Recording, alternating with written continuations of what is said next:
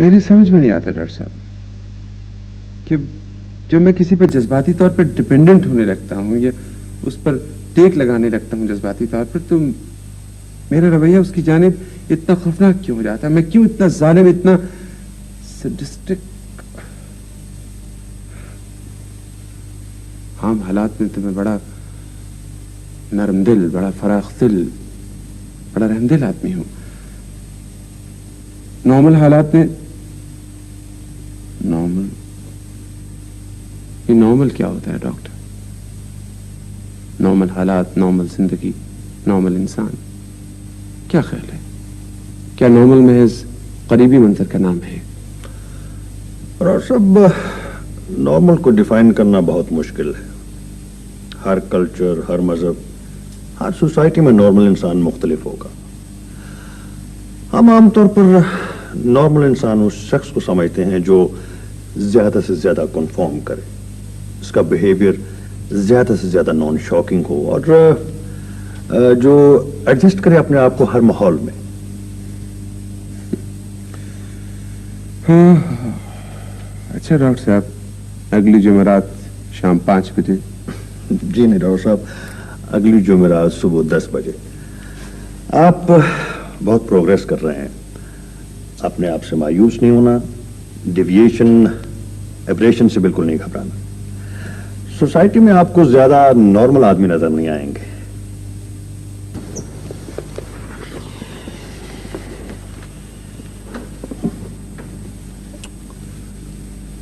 हाँ डॉक्टर साहब। अच्छा, खुदा हाफिज।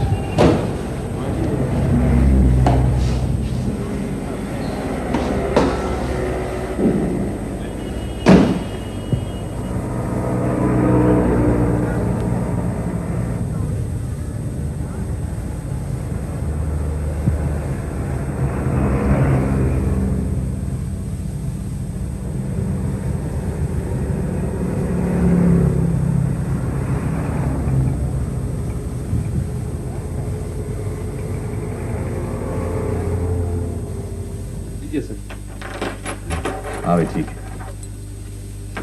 सरदार साहब आप फिक्र ना करें, ड्यूटी इसमें शामिल है, आपको घर पर 1,18,000 में पड़ जाएगी। मुझे ये बताएं, ये जो आप कह रहे हैं कि ये इकोनॉमिकल रहेगी, मुझे इसका कोई एतबार नहीं। पिछली गाड़ी 6 महीने तक 40 करती रही और फिर 25 पर आ गई। वो तेल फूंकने में आजकल की गाड़ियां माहिर हैं जी। देखिए सरदार साहब, इसमें बहुत से फैक्टर्स होते हैं। मसलन ये कि ड्राइवर बाज दफा वक्त पर सर्विस नहीं कराते, ट्यूनिंग में कोताही हो जाती है। सर मेरा मशवरा अगर आप लें तो 1200 सीसी में इस लाल गाड़ी से बेहतर नहीं है। आप रजिस्ट्रेशन कब करवा सकते हैं? जब आप कहें जी। सोचा नहीं सरदार साहब दादा, मेरा ख्याल है आपको उसको गाड़ी का रंग पसंद नहीं आया। वैसे मेरी एडवाइस अगर आप लें तो उसमें अंदर कारपेटिंग भी हुई है जी। और फिर सबसे बड़ी बात थी कि वो कराची से चलकर नहीं आई है। वो जो सफेद गाड़ी आपने देखी ना, उसने 1050 मील पहले ही ऑन रोड कर ली। हेलो सर, बूस्टर ब्रेक्स हैं, आपको कोई तकलीफ नहीं होगी इंशाल्लाह। शायद मोटर्स क्या हुआ, फिर अटैक हो गया? अच्छा मैं आ रहा हूं। नहीं तांगे पर नहीं, मैं गाड़ी पर आऊंगा फौरन। अभी तो है। हाँ जी, वो मेरी बीवी को एस्थेमिक अटैक हो गया है। वो आई एम सॉरी, मैं आपके साथ नहीं रुक सकता। वैसे आप गाड़ी की ट्राई कर लें, मैं उसको फतेह मोहम्मद को इंस्ट्रक्शन कर देता हूँ। आप तांगे में आते जाते हैं? जी नहीं, वो मैंने अपने शौक के लिए ऐसे एक रईसी तांगा बनवा रखा है। अच्छा अच्छा। Excuse me. अच्छा।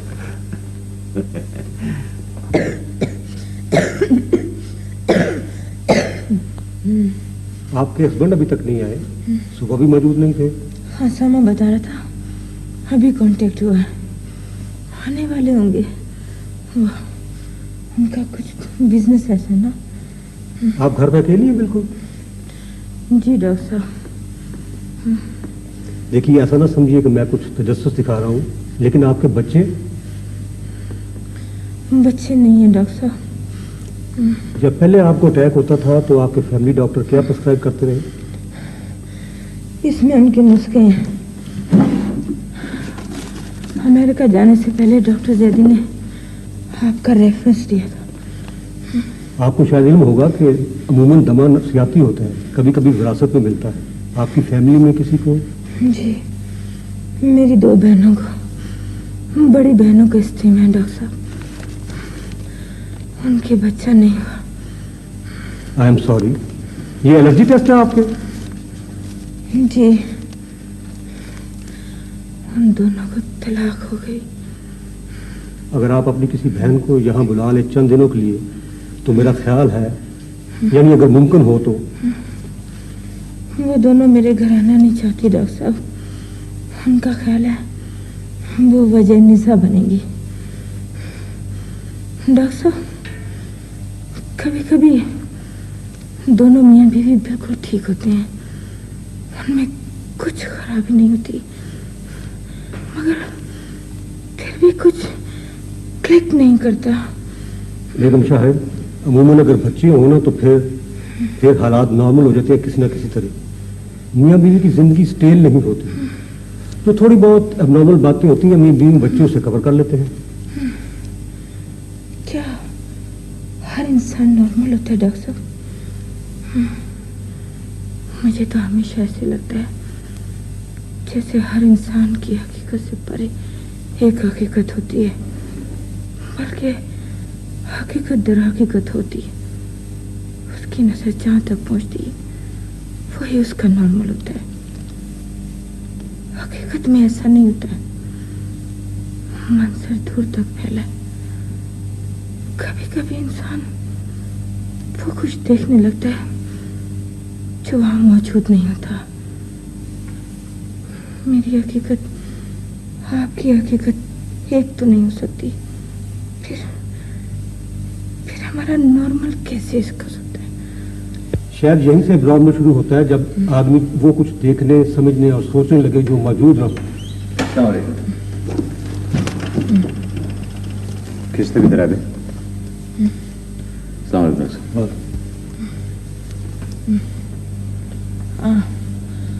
आप जरा नाशी को फोन कर दें, थोड़ी देर के लिए आ जाए।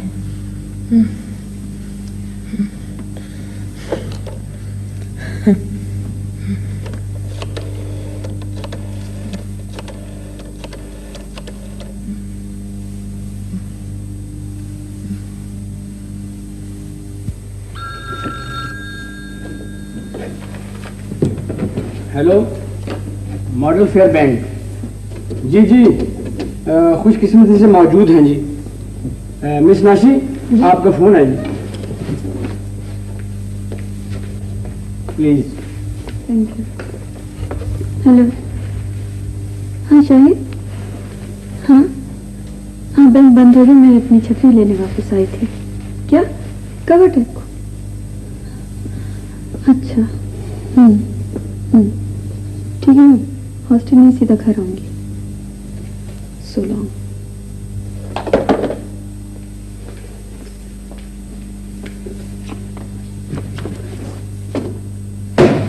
ये क्या किया?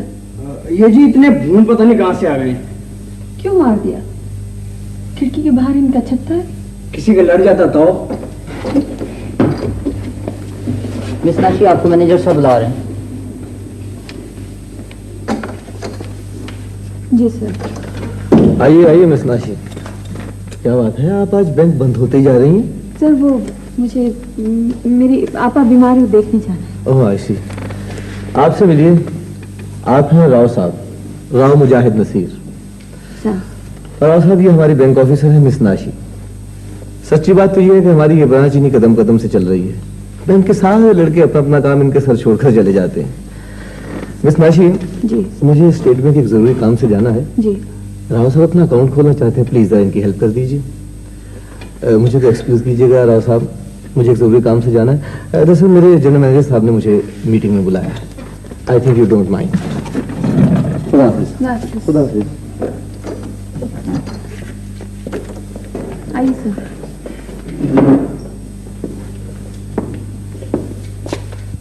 Thank you. तशरीफ रखिए।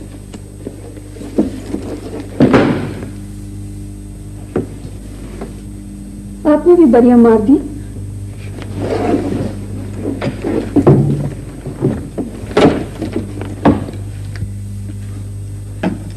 आपका इरादा क्या इसे पालने का था? नहीं सर, अल्लाह की मखलूक है।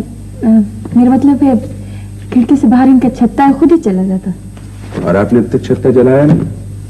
सर सर्दी आने वाली है, छत्ता खुद ही वीरान हो जाएगा। ये बैंक वाले भी पीछे पड़े रहते हैं इनके। फॉर्म फिल कर दीजिए सर।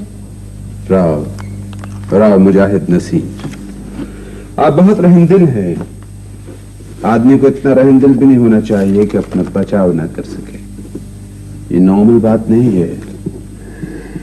अपना बचाव तो सभी कर लेते हैं सर, लेकिन वक्त पर किसी दूसरे का बचाव करना मुश्किल है।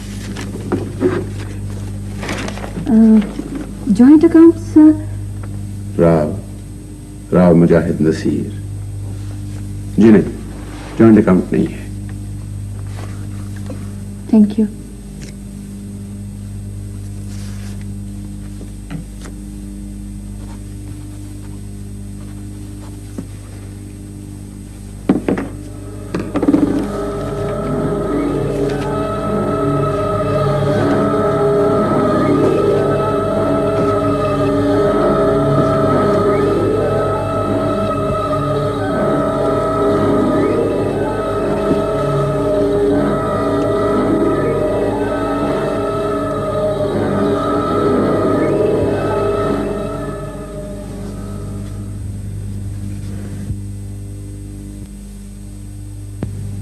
कहाँ चली गई है नाशी? आपके लिए कॉफी बनाने गई है।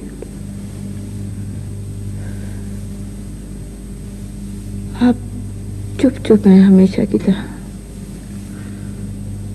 ये अटैक अब बहुत जल्दी जल्दी होने लगे हैं।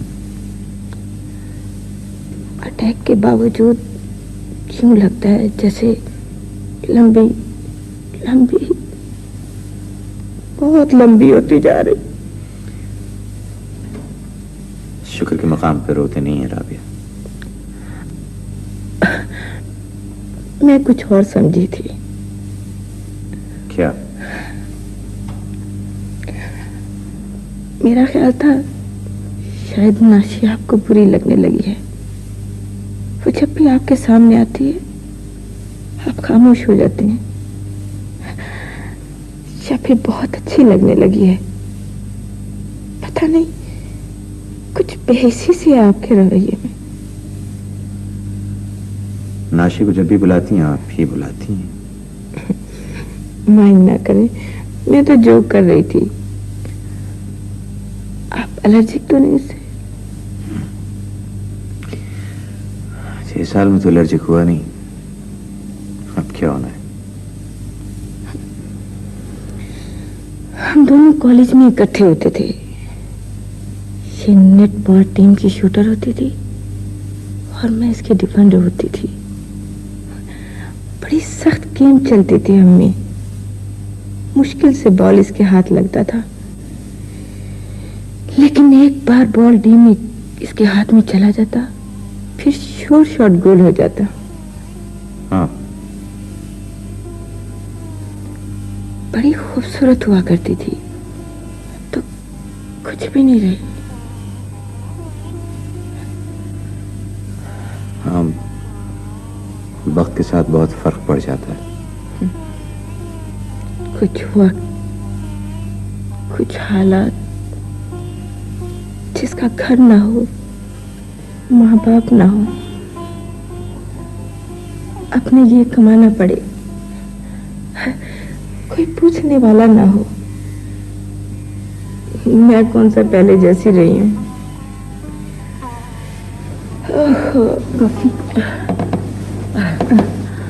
लीजिए। थैंक यू नाशी। कभी कभी सोचती हूँ अगर कॉलेज में तुझसे मुलाकात ना होती तो आज वक्त बेवक्त कौन लुक आफ्टर करता मुझे। जिसके माँ बाप ना रहें उसका कुछ भी तो नहीं रहता नाशी। बस ऐसी बातें प्लीज। मैं आपको और शाहिद साहब को ट्रीट दूंगी अटैक खत्म होने की खुशी में। बस अब बेहिसी की बातें बस प्लीज। मैं अपना रईसी तांगा निकालूंगा और खुद तुम दोनों को उसमें बिठा कर लेकर जाऊंगा। अजीब बात है, लोग आगे की तरफ जा रहे हैं और आप कारों के डीलर होकर तांगे को तरजीह देते हैं। 2 तरीके होते हैं किसी चीज से पीछा छुड़ाने के राबे। अगर कोई मसला दरपेश हो तो उससे 2 तरीकों से पिंडा छुड़ाया जा सकता है। मसला सिगरेट नोशी अगर छोड़नी हो तो इतना पिए कि नफरत हो जाए उससे, या फिर छोड़ दे यकसर। मैंने कार से फरागत हासिल करने के लिए तांगा इख्तियार कर लिया यकसर।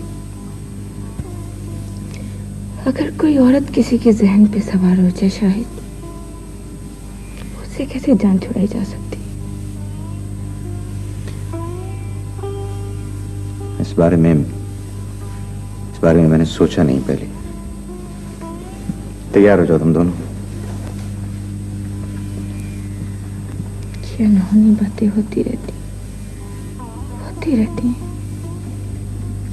लेकिन कितना जाहिल है इंसान, कुछ नहीं सीखता। कौन मानेगा शाहिद तांगा चला लेते हैं? कौन मानेगा? अभी मरण किनारे पड़ी थी और अभी ट्रीट के लिए जा रही हूँ। मैं आपके लिए कपड़े निकालती हूँ। मेरी खिदमत करके तुम्हें तो के सिवा कुछ भी तो नहीं मिलता। क्या आपा? और मुझे भी तुमसे खिदमत करवा के तो के अलावा कुछ नहीं मिलता। आपा क्या है? मैं सोच रही थी कोई अच्छा सा आदमी मिल जाता ना तो मैं फौरन तेरी शादी कर देती।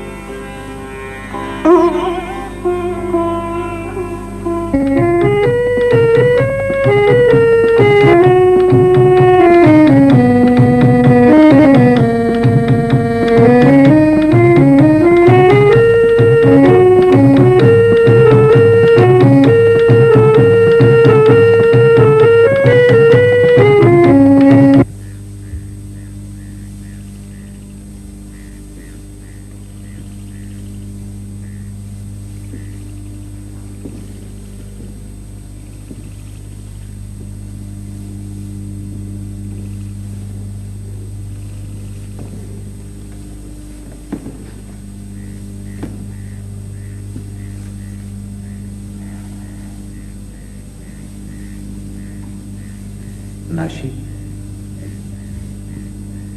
जी। सोई नहीं तुम? आप हंसोगे? कभी।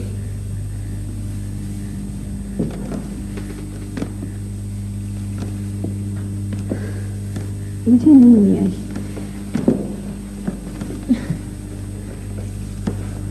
खिड़की में से मूनलाइट पड़ रही थी। पर्दा खींच लिया तो? खींचा था, फिर अंधेरे से डर लगने लगा।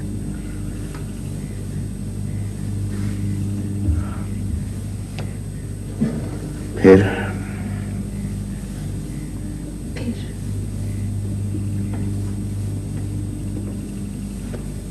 क्या? कुछ तो सोचा होगा तुमने।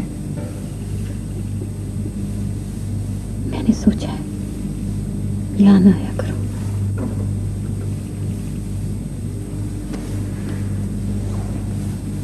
कभी ना कभी तो, कहीं ना कहीं तो फुल स्टॉप लगाना चाहिए ना। हाँ, ये भी एक तरीका है। कुछ लोग कामयाब हुए हैं इस रास्ते पर चलकर, फुल स्टॉप लगाकर। आपने क्या सोचा? मेरी सारी सोच शल हो चुकी है। मुझे लगता है मैं पत्थर का आदमी बन गया। मेरा ख्याल था कि अगर मैं अपनी दूसरी ख्वाहिशों को दबा लूंगा तो ये आरज़ू उनके साथ खुद ब खुद कहीं दब जाएगी। सिगरेट छोड़ दी मैंने, बहुत प्यारे थे मुझे, छोड़ दिए। सिगरेटों की ख्वाहिश मर गई, लेकिन ये आरज़ू अपनी जगह रही, बल्कि और मजबूत हो गई। फिर मुझे कारों में बैठने का बहुत शौक था। मैंने कार में बैठना छोड़ दिया। कारों की ख्वाहिश मर गई, लेकिन तुम से मिलने, तुम्हें देखने, तुम्हारे साथ वक्त गुजारने की आरज़ू,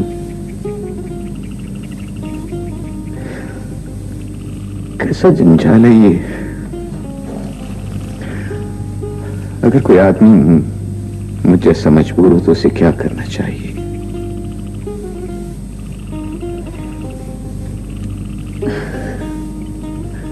और अगर कोई आपा जैसा बेकस हो, उसे क्या करना चाहिए? आपा भी कैसी किस्मत लेकर आई है। तुम 6 साल से सिर्फ आपा के बारे में सोच रही हो। आपा के हाथ बिल्कुल खाली हैं।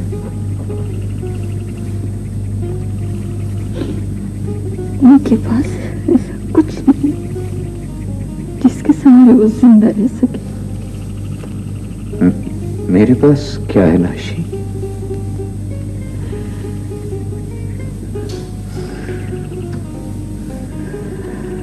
जब तक तुम मुझे नहीं मिली थी सब कुछ ठीक था।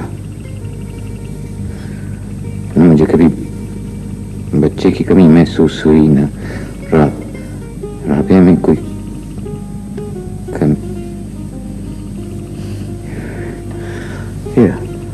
आरज़ूएं कहां से आ जाती हैं? दबे पांव हवा के साथ।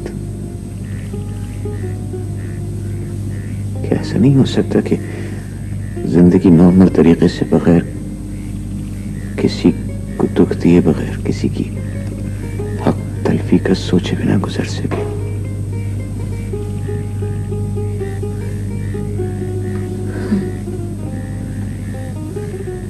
अब मैं आपको इस जन्म से निकालूंगी। मैं आपको, राबिया आपा को, मैंने फैसला कर लिया है फुल स्टॉप लगाने का। कैसे कैसे? मैं कहीं चली जाऊंगी या नहीं आऊंगी आज के बाद। ये पहले भी हुआ है। आना पड़ता है कई महीने के बाद मजबूर। इस बार नहीं, इस बार नहीं शायद।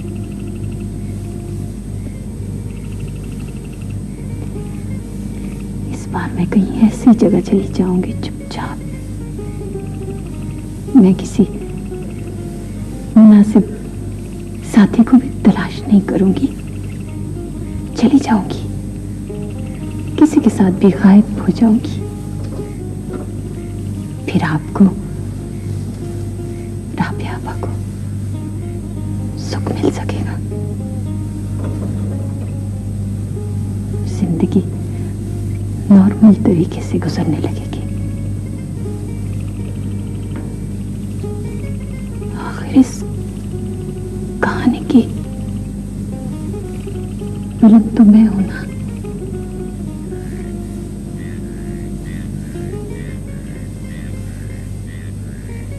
विलन हमेशा साथ नहीं रहता।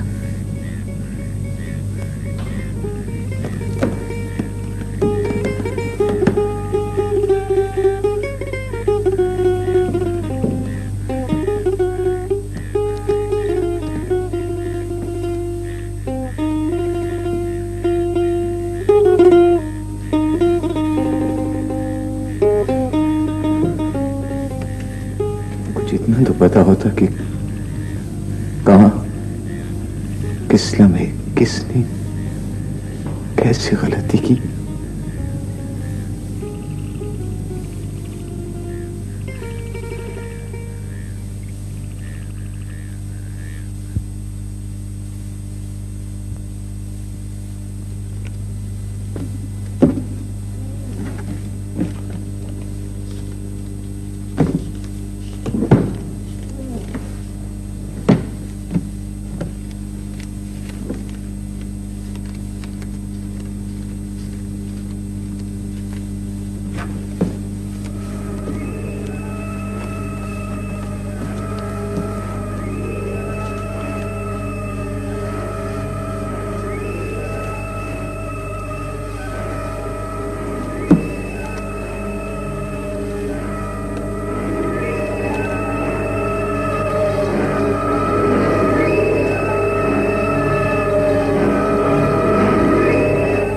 देखिए मिस नाशी, मैं अपना तारुफ तफसील के साथ कराना चाहता हूँ और झूठ बोलना नहीं चाहता।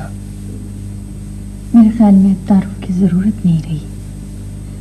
नहीं, इससे पहले आप मुझसे महज एक क्लाइंट की हैसियत से मिलती रही और अब मैं एक दरखास्त पेश कर रहा हूँ, तो बायोडेटा तो साथ लगाना पड़ेगा ना। राव साहब, आप, मेरे ख्याल में तारुफ की जरूरत नहीं रही। नहीं, इससे पहले आप मुझसे महज एक क्लाइंट की हैसियत से मिलती रही और अब मैं एक दरखास्त पेश कर रहा हूँ, तो बायोडेटा तो साथ लगाना पड़ेगा ना। राव साहब, आप किस्मत में यकीन रखते हैं? अगर हालात मेरी मंशा के मुताबिक हों तो मैं अपनी तदबीर को मानता हूं, लेकिन अगर हालात उल्टे पड़ जाएं, नामुताबिक हो जाएं, तो फिर मैं किस्मत को मानता हूं, लेकिन महज उस पर इल्जाम धरने के लिए। जी, लेकिन कुछ सच जरूर है इस किस्मत वाले चक्कर में। कई बार वह गुमान में भी नहीं होता, मसलन आपसे मिलना। राव मुजाहिद नसीर मेरा पूरा नाम है। मैंने बर्कले से एंथ्रोपोलॉजी में मास्टर्स किया है और यहाँ शहर से करीब मेरी ज़मीनें हैं और उनसे मुल्क जो कोठी है उसमें रहता हूँ। अच्छा आदमी मैं शायद नहीं, लेकिन मैं अपने दुश्मन को भी एक मौका जरूर देता हूं अपने बचाव का। कि ये मंजूर है? देखिए राव साहब, आप चाहें तो अपनी फैमिली को तफ्तीश के लिए मेरे पीछे लगा सकती हैं। देखिए राव साहब, मेरी कोई फैमिली नहीं। 2 भाई हैं लंदन में, रेडीमेड गारमेंट्स की दुकान है उनकी। वालिदैन जिंदा नहीं, भाइयों के पास वक्त नहीं। मैं किसी पर इल्जाम नहीं धर रही, लेकिन कई बार ऐसे होता है कि लोग साथ साथ रहते हैं लेकिन उनके पास एक दूसरे के लिए वक्त नहीं होता। हॉस्टल में रहती हूँ, मैं अकेली हूँ और मेरी किस्मत है इसी जालिम दोस्त के साथ मैंने आज तक वक्त गुजारा है।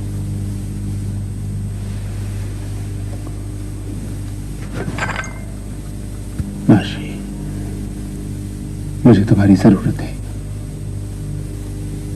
जिस तरह जालिम मजलूम के बगैर जिंदा नहीं रह सकता, इसी तरह अगर मजलूम न रहे तो जुल्म करने वाले की जिंदगी भी बेमानी हो जाती है। कुछ ऐसी मजबूरी मेरी है। समझी नहीं? देखिए, क्या आपने कभी ख्वाहिश की है कि कोई ऐसा शख्स हो जो आपका बोझ उठा सके? ख्वाहिश राव साहब, मैं ऐसे शख्स के लिए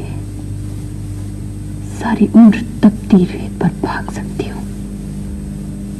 हर अज़ियत बर्दाश्त करने की अहल हूँ। तो फिर वो शख्स मैं ही हूं नाशी, मैं ही हूं जो खैर तुम्हें पता चल जाएगा।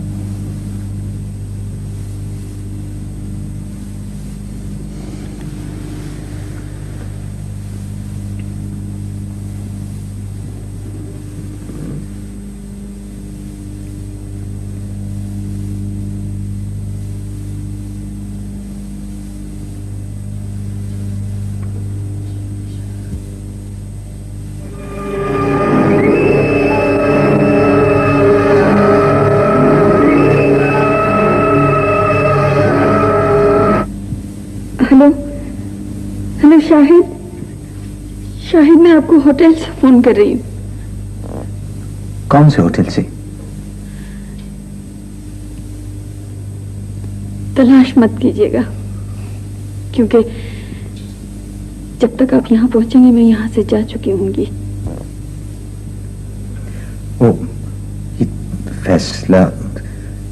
फैसले तुमने खुद ही कैसे कर लिया? आप मतलब मुझसे, राबिया से मशवरा नहीं किया? क्या इतना भी एतमाद नहीं करती हम पर? बहुत एतमाद करती हूँ। ये फैसले तुमने खुद ही कैसे कर लिया? आप मतलब मुझसे, राबिया से मशवरा नहीं किया? क्या इतना भी एतमाद नहीं करती हम पर? बहुत एतमाद करती हूँ, बहुत एतमाद करती हूँ शायद, लेकिन बात एतमाद की तो नहीं है। कौन है वो? क्या करता है? कहाँ रहता है? कुछ नहीं पूछना शाहिद, कुछ सवाल नहीं करने, बस मुझे मौका देना है कि मैं एक नई जिंदगी शुरू कर सकूं पहले सफे से। अगर आपने मेरा ताक़ुब किया तो इस बार कहानी के विलन आप बन जाएंगे। लेकिन कोई मुसीबत पड़ सकती है, कोई मुश्किल। मेरा आता पता मालूम हो गया तो हालात फिर से वैसे ही हो जाएंगे, समझे ना आप? इस चक्की में एक और आदमी पिसने लगेगा, मासूम आदमी। बस आप मेरा ताक़ुब न कीजिएगा। मैं अच्छी लड़की हूं या बुरी हूं, जो कुछ हुआ माशरे से पसंद करता है या नहीं करता, लेकिन एक बार विलन को भी मौका मिलना चाहिए, ऐसा मौका जिसमें वो हीरो बन सके। मैं आ रहा हूं नाशी। नहीं नहीं, आप नहीं आएंगे, नहीं ना आज ना फिर कभी।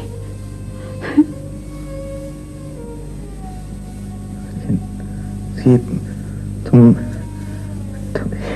इतना जुल्म मुझ पे कैसे कर सकती हो?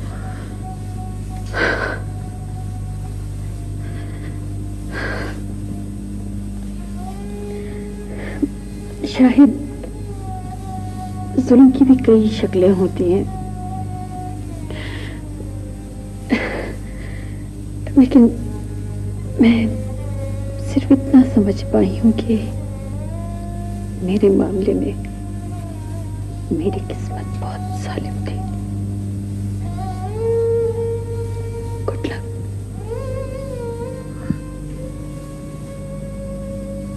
Good luck.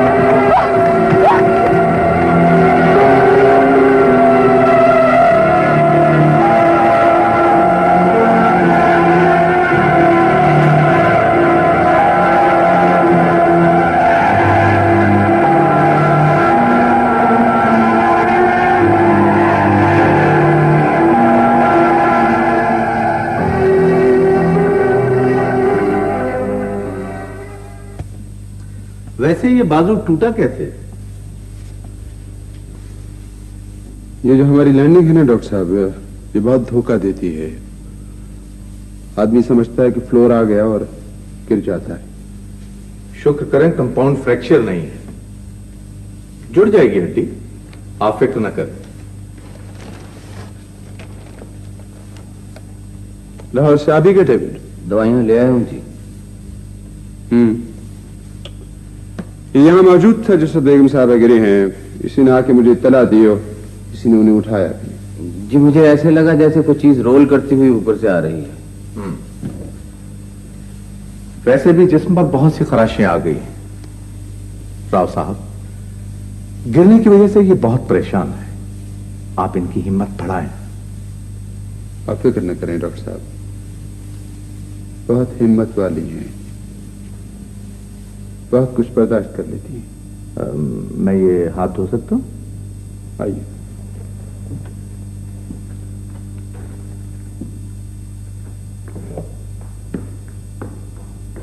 कोई चीज चाहिए बेगम साहब?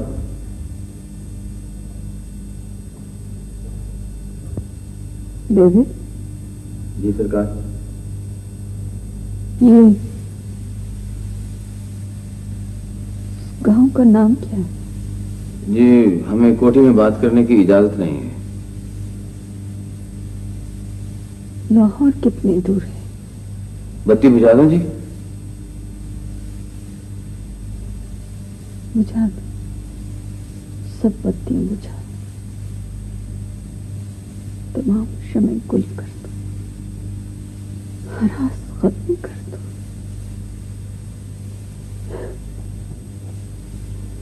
बेइसी बल चलते रहने दो।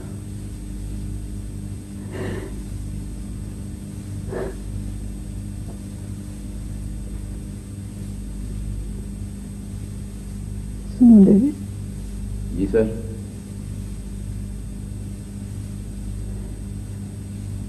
तुम किस्मत में यकीन रखते हो? जी बेगम साहब।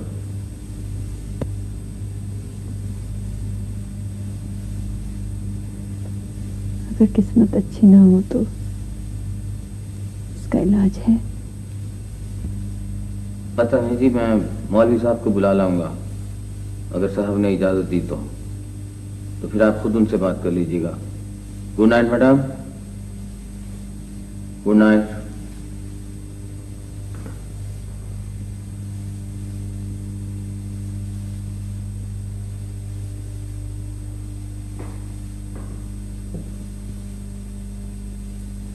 कौन है? कौन है? कौन है?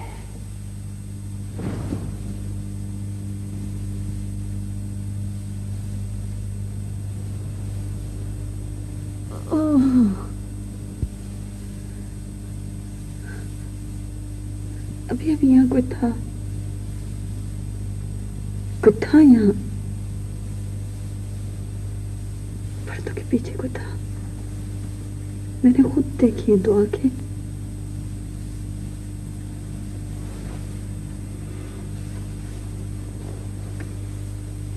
मुझे माफ कर दो नाशी, मैंने अपने वैशीपन में आके तुम्हें अजियत दी। ना मालूम ऐसा क्यों होता है, लेकिन होता है, होता रहता है। यहाँ कुछ था पर्दों के पीछे। कौन सी जगह? खुदा के लिए मुझे इतना बता दे, मैं कहाँ हूँ?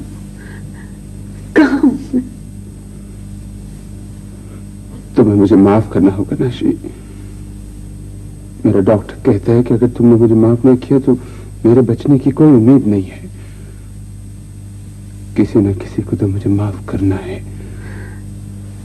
सच्चे दिल से, ताकि मैं खुद अपने आप को माफ कर सकूं।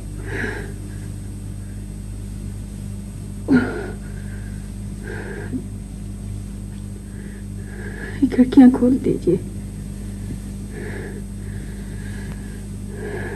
ताजा हवा आने दीजिए, के लिए खिड़कियां खोल दीजिए।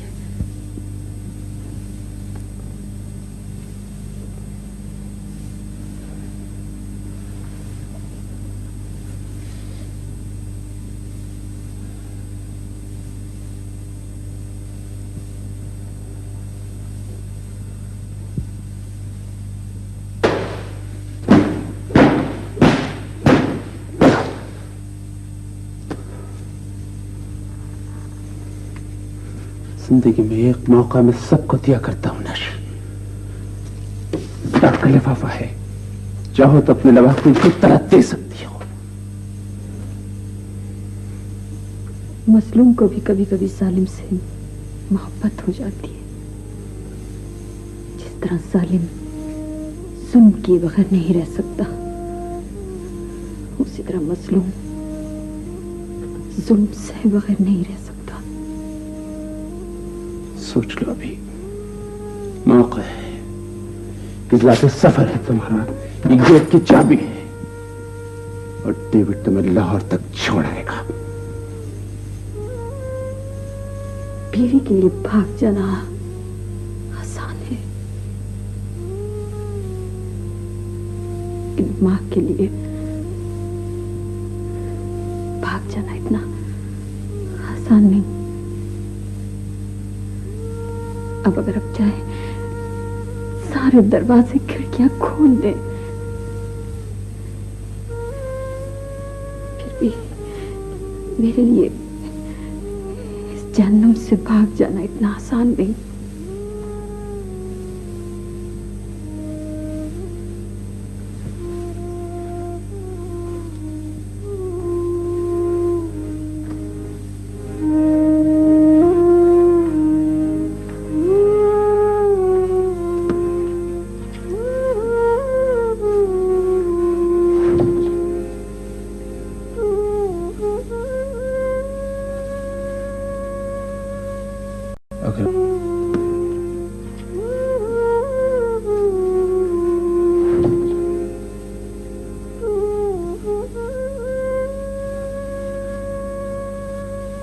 अगर मुझे माफी न मिले,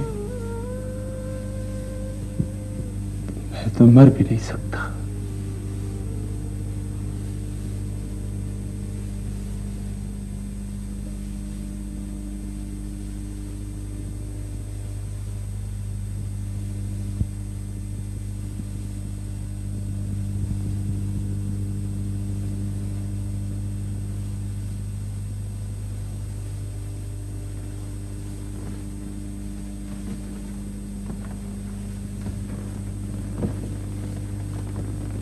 लीजिए मैडम।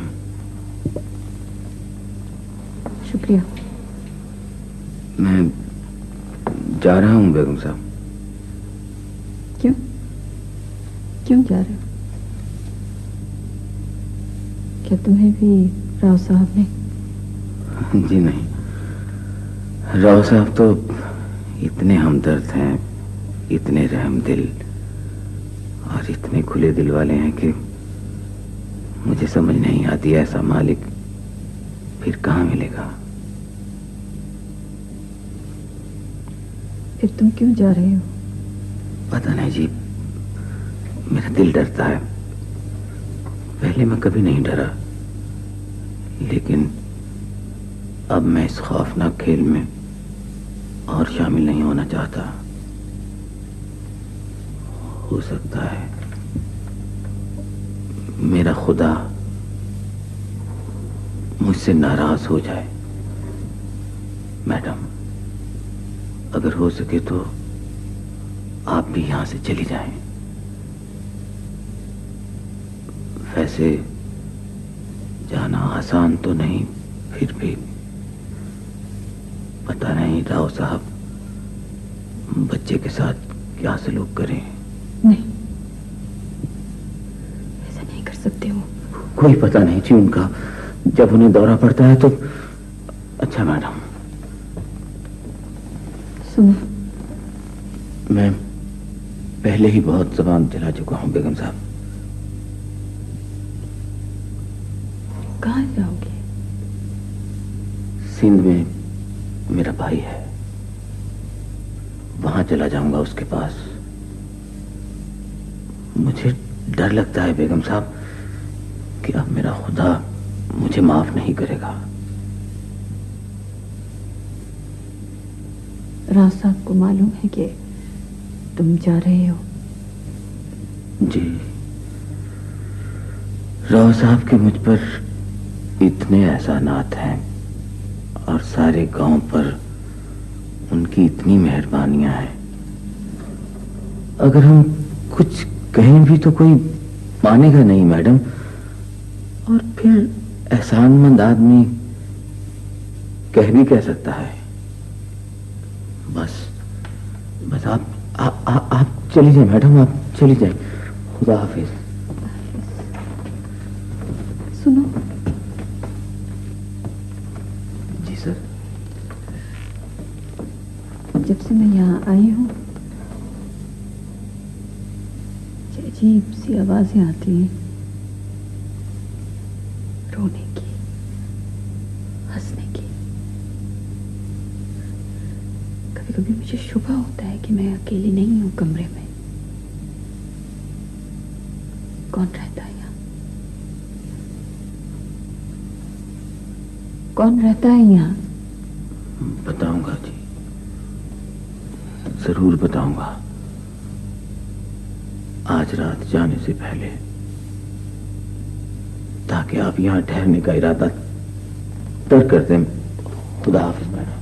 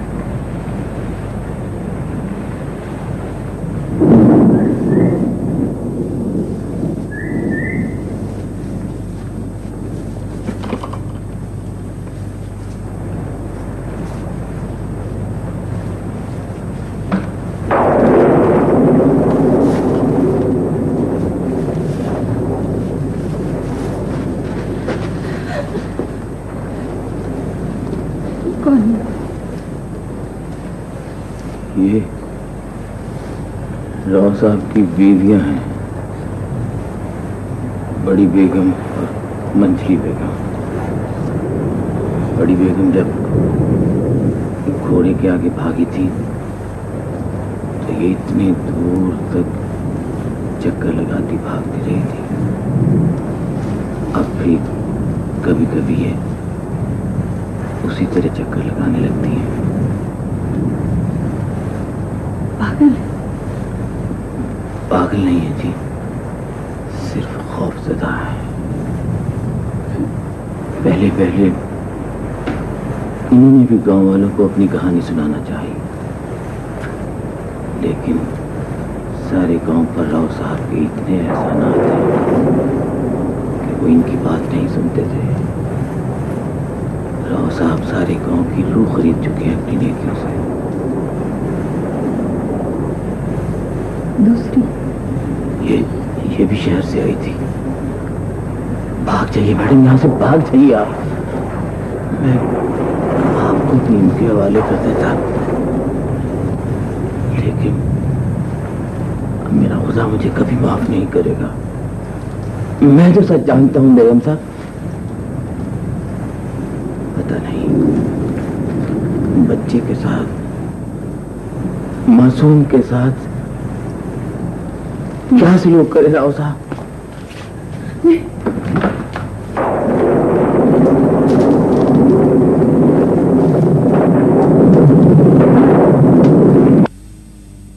शाहिद जी,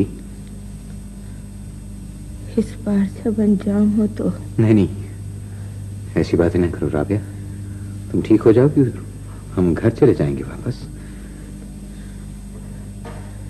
मुझे तुम्हें पहले ही नाशी के हवाले कर देना चाहिए था।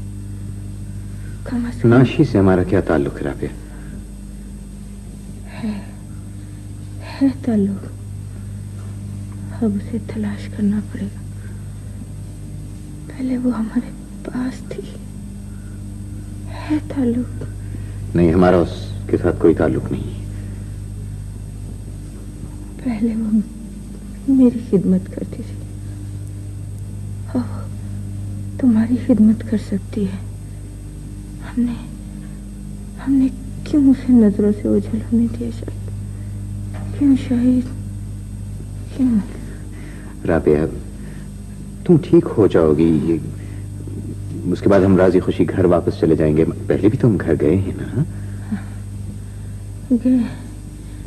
गए हैं शायद, मगर इस बार